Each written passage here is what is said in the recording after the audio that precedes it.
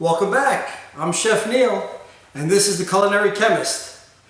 First, let me just say thanks to everyone who was able to view the video. Our first video was a tremendous success, and we really appreciate all the subscribers. We have 15 subscribers and all of the likes. So when you go to the video on YouTube, go ahead and hit the like button if you like it, and it helps us a lot. Thank you. So let's start with our first segment being starches. We're going to talk about potatoes, rice, pasta, and some of the things that might help you in the kitchen. Let's get started. Okay, so I highly recommend add salt to water whenever boiling pasta, rice, potatoes, any type of starch. And the reason being is that when you boil anything in water, it wants to absorb the flavors in the water. So if there is nothing in the water, then there's no flavor. Adding salt really enhances the flavor. Salt does a lot of other things as well. It also increases the boiling temperature, so your pasta will cook a little bit better and a little bit faster. So let's take a look at the stove, and I'll show you a couple of things. So just before your water comes to a boil, I highly recommend putting in maybe half a tablespoon to a tablespoon of salt. And there's no exact measurement. It just flavors the water so whatever's cooking in it can be absorbed.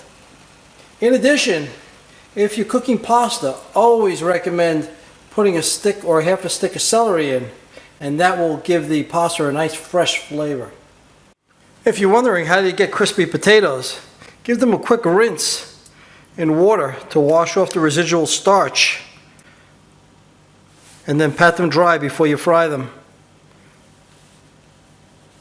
for a crispy potato.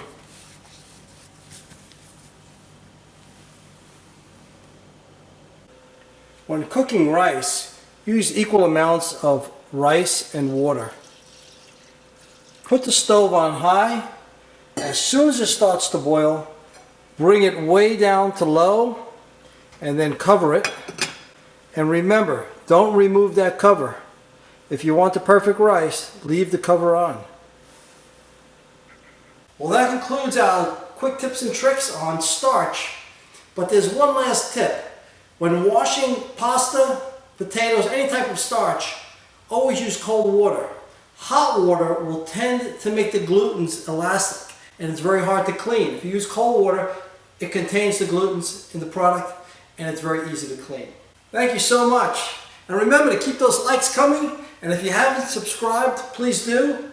This is Chef Neil for the Culinary Chemist, where art meets science in the kitchen.